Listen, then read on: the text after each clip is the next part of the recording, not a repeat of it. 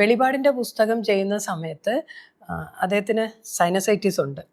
കാര്യം അദ്ദേഹത്തിന് പനിയാണ്, ഈ സൈനസൊക്കെ ബ്ലോക്കായിട്ട്.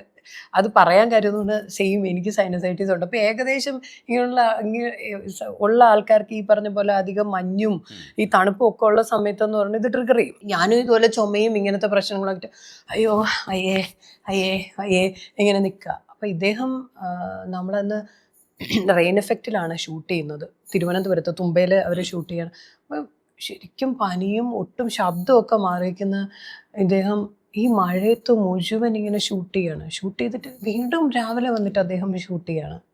വീണ്ടും രാവിലെ വന്നിട്ട് അത്രയും ഫൈറ്റ് സീക്വൻസും ഒക്കെ ചെയ്തിട്ട് എല്ലാ ആക്ടേഴ്സും അതൊക്കെ ചെയ്യാറുണ്ട്. പക്ഷെ എനിക്ക് ലാലേട്ടൻ്റെ ഓരോ സിനിമകൾ കാണുമ്പോഴത്തേക്കും, ഞാൻ അഭിനയിക്കുമ്പോഴത്തേക്കും എനിക്ക് ഈ മനുഷ്യൻ ഇതിനു വേണ്ടിയിട്ട് മാത്രമാണ് ഈ ഭൂമിയിൽ ജന്മമെടുത്തത് എന്നെനിക്ക് തോന്നാറുള്ളത് അതാണ്.